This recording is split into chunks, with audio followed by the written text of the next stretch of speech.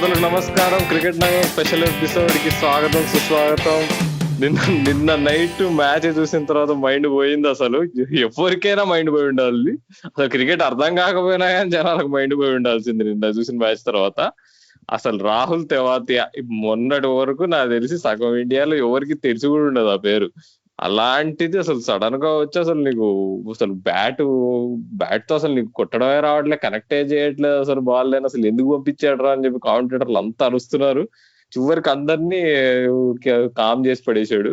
అసలు రాజు అసలు నీ రియాక్షన్ ఏంటి ఇమీడియట్ గా? అసలు తన్ని నంబర్ 4 పంపించినప్పుడు నువ్వేమనుకున్నావు? అసలు ఆ డాట్ బాల్ చేస్తున్నప్పుడు ఏమనుకున్నావు? చివరికి అట్లా 6 కొట్టినప్పుడు ఏమనుకున్నావు? అవును, ఆనెస్ట్ గా చెప్పాలంటే అసలు completely unexpected, out of the blue లాంటి ఇన్నింగ్స్ అది. అసలు నేనైతే ఎప్పుడైతే 17th ఓవర్ స్టార్టింగ్ లో శాంసన్ అవుట్ అయ్యాడు షమి బౌలింగ్ లో, ఇంకప్పుడు ఒక విధంగా సరే ఇంకా మ్యాచ్ చేజారిపోయింది అనుకున్నా. ఎందుకంటే టాప్ 3లో ఎవరో ఒకరు ఎండింగ్ వరకు ఉంటే కనుక ఖచ్చితంగా గెలుస్తారనే నమ్మకం ఉన్నది రాజస్థాన్ పైన. కానీ సంజు శాంసన్ అవుట్ అయిపోయిన తర్వాత ఆ టైంకి రాహుల్ తివాటి వచ్చి 21 balls లో 14 కొట్టాడు. అండ్ నువ్వు అన్నట్టుగానే అసలు చాలా స్ట్రగుల్ అయ్యాడు స్టార్టింగ్ లో. అసలు సరిగ్గా కనెక్ట్ చేయలేక, తను టార్గెట్ చేసిన ఏరియాస్ లోకి బాల్ పంపించలేక చాలా స్ట్రగుల్ అయ్యాడు. టైమింగ్ కోసం స్ట్రగుల్ అయ్యాడు, ప్లేస్మెంట్ లోనూ స్ట్రగుల్ అయ్యాడు. కానీ అసలు నిజంగా ఈ టైప్ ఆఫ్ ఇన్నింగ్స్ నుంచి రికవర్ అవ్వాలంటే నిజంగా కొన్ని రోజులు టైం పడుతుంది నాకైతే. ఎందుకంటే ఇట్లాంటిది మనం రెగ్యులర్ గా చూసే టైప్ ఆఫ్ ఇన్నింగ్స్ అయితే కాదు. ఒక విధంగా చూసామంటే చూసుకుంటే నిన్న జరిగిన మ్యాచ్ మొత్తం కూడా అసలు మయాంక్ అగర్వాల్ ఇన్నింగ్స్ దగ్గర నుంచి రాహుల్ తెవాటియా ఫినిషింగ్ వరకు అసలు ఒక కంప్లీట్ మ్యాజిక్ లాగా జరిగింది అసలు. ఎందుకంటే చాలా రికార్డ్స్ బ్రేక్ అయినాయి. ఇంకా మనం రికార్డుల గురించి, స్ట్రాటజీస్ గురించి మాట్లాడుకుంటే నాకు తెలిసి ఇది అఫ్ కోర్స్ ఐపీఎల్ క్లోజ్ అయ్యేసరికి టాప్ 5 మూమెంట్స్ లో నాకు తెలిసి రాహుల్ తివాటియా మూమెంట్ వచ్చేసి టాప్ 1 గా ఉంటది అనుకుంటున్నా. దీన్ని అధిగమించే రికార్డ్ కానీ మ్యాజిక్ కానీ ఏదైనా జరగాలంటే మళ్ళా షార్జా స్టేడియంలోనే జరుగుతుందని నేనైతే అనుకుంటున్నా. సో ఏంటి అసలు షార్జా పిచ్ గురించి నువ్వేమైనా కొంచెం ఇంట్రెస్టింగ్ పాయింట్స్ కొన్ని చెప్పదలుచుకుంటున్నావా? అసలు షార్జా పిచ్ నిన్న మ్యాచ్ అయితే మరి మొన్న సిఎస్కే ఆర్ఆర్ మ్యాచ్ లో ఎంత ఫ్లాట్ ఉందో ఇవాళ ఇంకా డబుల్ ఫ్లాట్ అయిపోయింది. అసలు బాల్ నేను అబ్జర్వ్ చేస్తున్నా, బౌలర్స్ ఇట్లా వేస్తుంటే, ఫాస్ట్ బౌలర్స్ షార్ట్ వేస్తుంటే అసలు బాల్ ఇట్లా మెల్లిగా ఇట్లా లడ్డులాగా ఇట్లా వస్తుంది. అంటే అది నీకు జనరల్ గా అలాంటి బ్యాట్స్మెన్ కి తెలుస్తుంది కానీ వ్యూవర్ కి తెలియదు. మనకి బాల్ ఏంటబ్బా బాగా మంచిగా బ్యాట్ మీదకి వస్తుంది అని చెప్తారు చూడు, అలా. కానీ ఈ నిన్న జరిగిన మ్యాచ్ లో బాల్ ని మనం ప్రత్యక్షంగా చూడడం జరిగింది, బ్యాట్ మీదకి రావడం. అంటే ఇంత ఫ్లాట్ పిచ్ నా జీవితంలో ఇంత ఫ్లాట్ పిచ్ చూసిండాను నేను అసలు.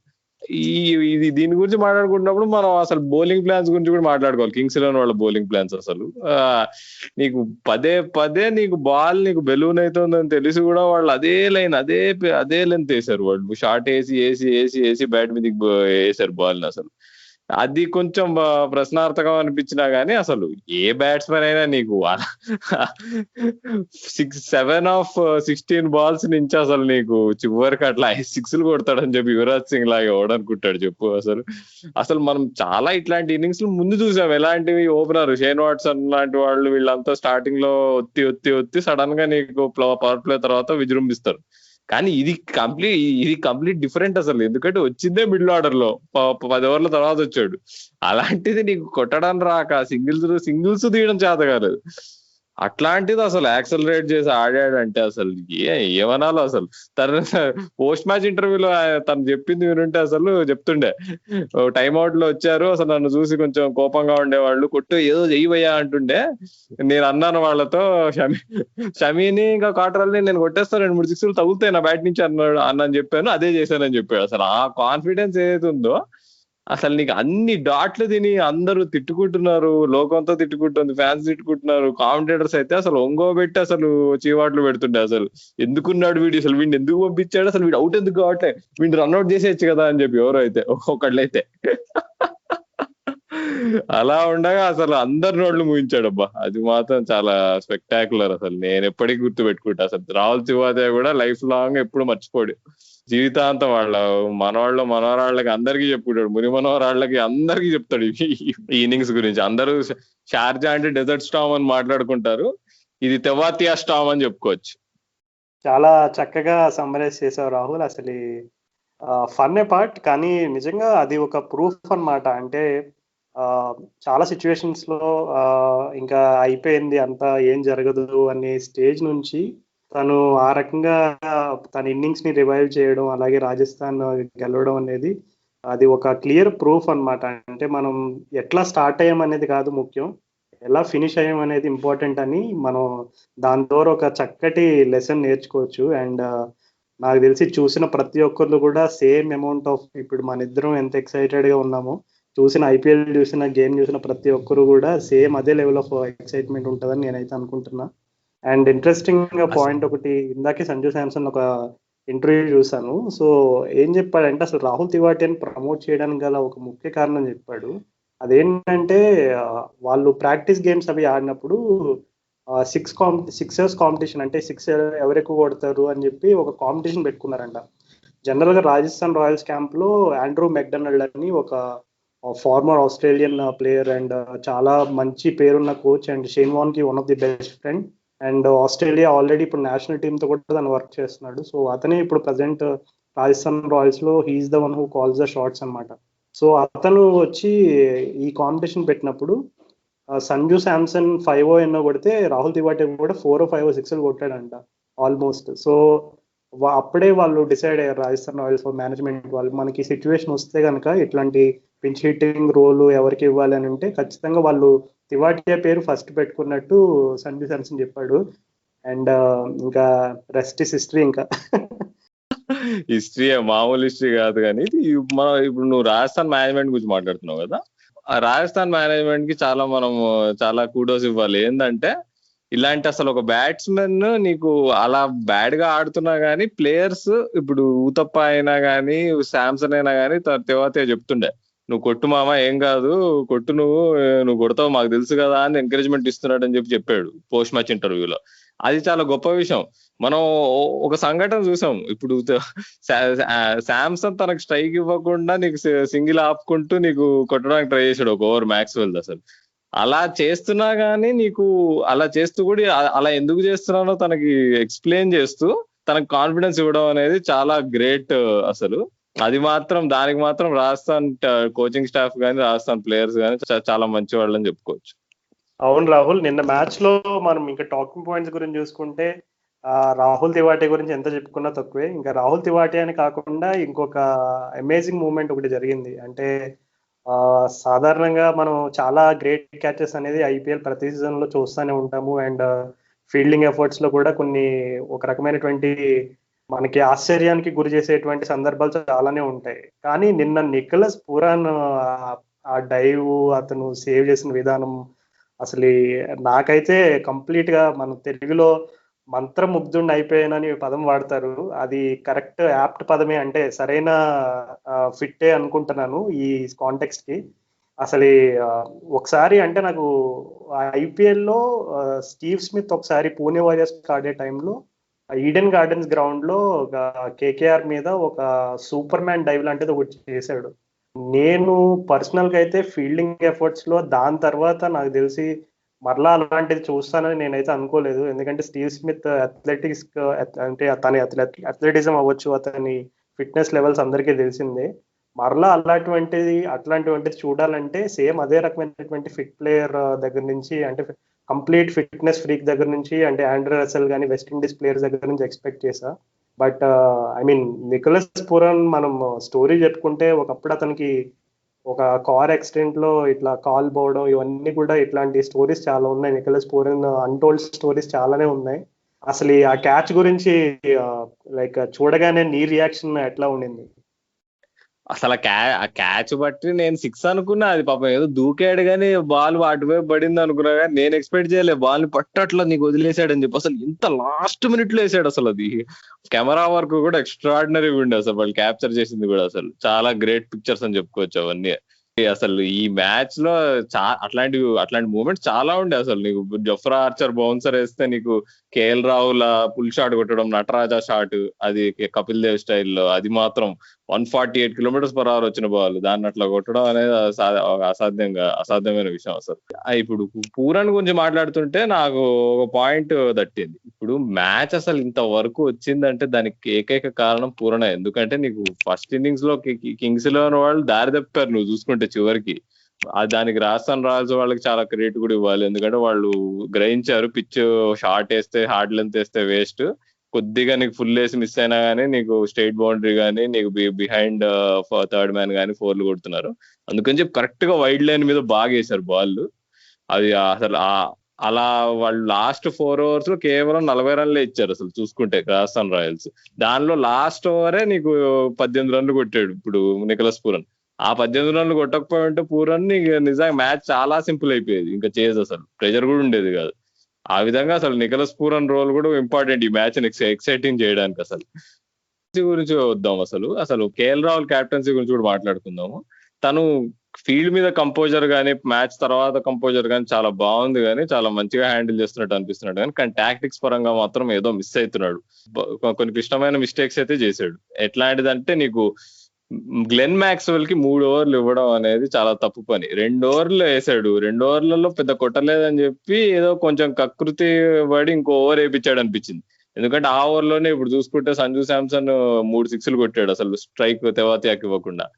అది టర్నింగ్ పాయింట్ నా దృష్టిలో. ఎందుకంటే అంతకు ముందు 3 overs నీకు తెవాతియా డాట్లు వేసి నీకు సంజు శాంసన్ మీద ప్రెజర్ పడి నీకు అసలు స్కోరింగ్ రేట్ చాలా డౌన్ అయిపోయింది.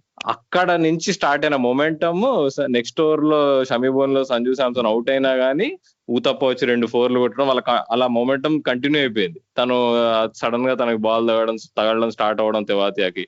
కాబట్టి నన్ను అడిగితే turning point of the game Glenn Maxwell కి 3rd over ఇవ్వడం. అంటే ఇక్కడ ఇది మరీ ఎందుకు చెప్తున్నా అంటే అక్కడ ఫ్రంట్ లైన్ బౌలర్ అయిన మురుగన్ అశ్విన్ కి కేవలం లాస్ట్ ఓవర్ ముందు వరకు 1 over ఇచ్చారు.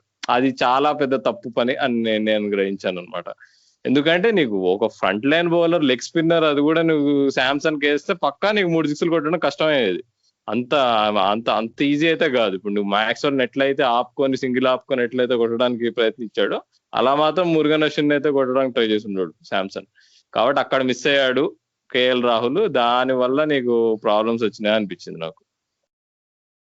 అవును రాహుల్, ఇంకొక పాయింట్ ఏంటంటే మనం చూసుకుంటే రాజస్థాన్ రాయల్స్ బ్యాటింగ్ ఫ్లూయెన్సీ ఎలా ఉందని చూసుకుంటే ఒక విధంగా లాస్ట్ వరకు కనుక ఖచ్చితంగా మనం దీన్ని వికెట్స్ కొంచెం చేతిలో పెట్టుకుని లాస్ట్ వరకు తీసుకెళ్తే ఖచ్చితంగా గెలిచే ఛాన్సెస్ ఉంటాయని Steve Smith post match presentation లో కూడా చెప్పాడు. అండ్ టీం అంతా కూడా ఆ కాన్ఫిడెన్స్ అయితే కనపడింది సంజు శాంసన్ ఉన్నంతసేపు.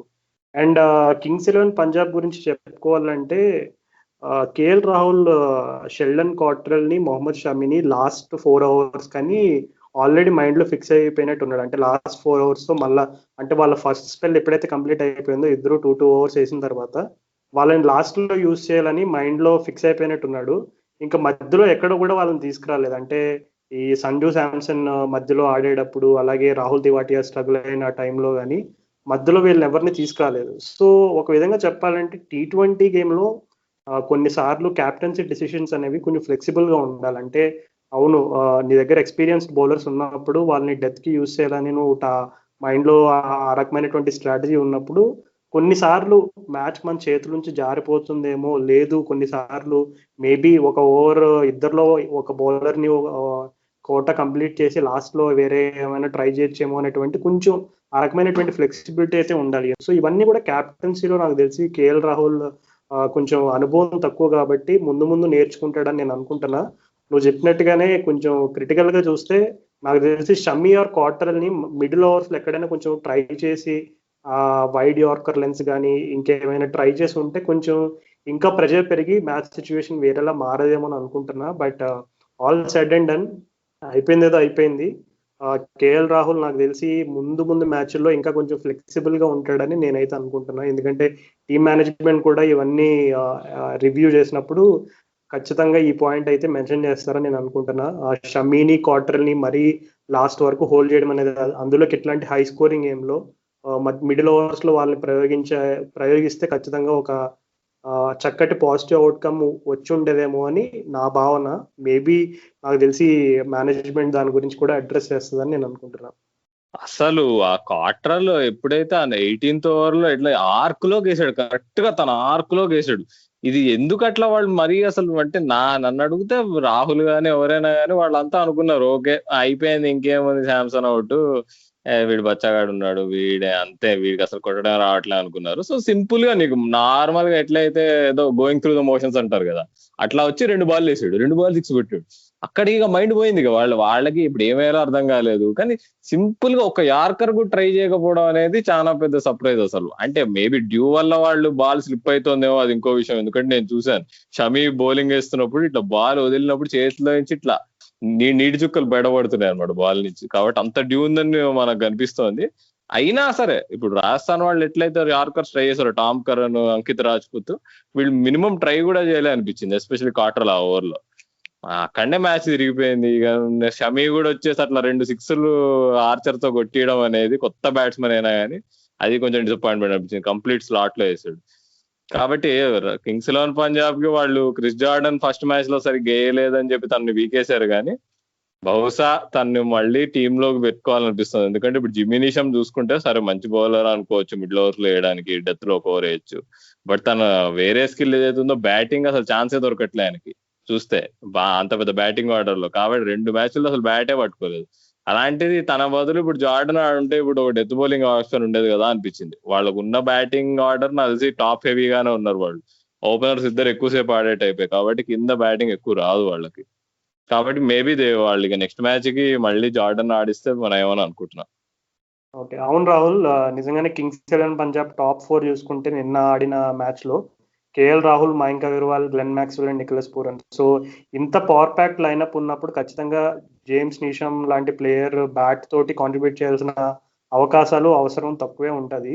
సో నువ్వు అన్నట్టుగా అంటే షార్జా లాంటి పిచ్ అవ్వచ్చు, లేదు వేరే దుబాయ్ కానీ అబుదాబి కానీ, క్రిస్ జార్డన్ లాంటి వెరైటీ అంటే ఫస్ట్ మ్యాచ్ లో డెఫినెట్లీ అతను ఎక్స్పెక్ట్ చేసిన రేంజ్ లో డెలివర్ చేయలేదు. కానీ ఇట్లాంటి పిచ్చెస్ లో అయితే క్రిస్ జార్డన్ లాంటి బౌలర్, అంటే యార్కర్ స్పెషలిస్ట్ అయినటువంటి క్రిస్ జార్డన్ అయితే ఖచ్చితంగా ఒక విధంగా మంచి టీమ్ కి మంచి బ్యాలెన్స్ అయితే ప్రొవైడ్ చేసేవాడేమని నేను అనుకుంటున్నా.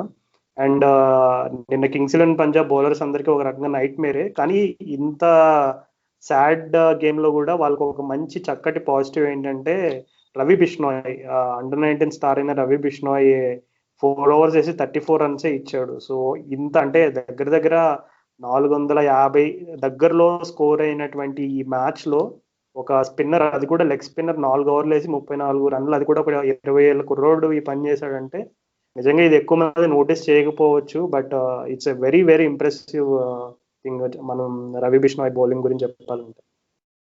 ఓకే, ఇక చాలా మాట్లాడేసుకున్నాము ఈ స్పెషల్ ఎపిసోడ్ లో. అయితే మనం ఈ మ్యాచ్ గురించి ఇంకా చాలా పాయింట్స్ మిగిలిపోయినావు, చాలా మనం మాట్లాడుకోలేదు. ముఖ్యంగా కింగ్స్ 11 వాళ్ళ బ్యాటింగ్ కానీ, నీకు వేరే సంజు శాంసన్ గురించి కానీ, ఇలాంటివన్నీ మనం మళ్ళీ మన వీకెండ్ రివ్యూలో మాట్లాడుకుందాము. అంతవరకు వింటూనే ఉండండి క్రికెట్ నగరం పాడ్కాస్ట్. నేను మీ రాహుల్, సైనింగ్ ఆఫ్.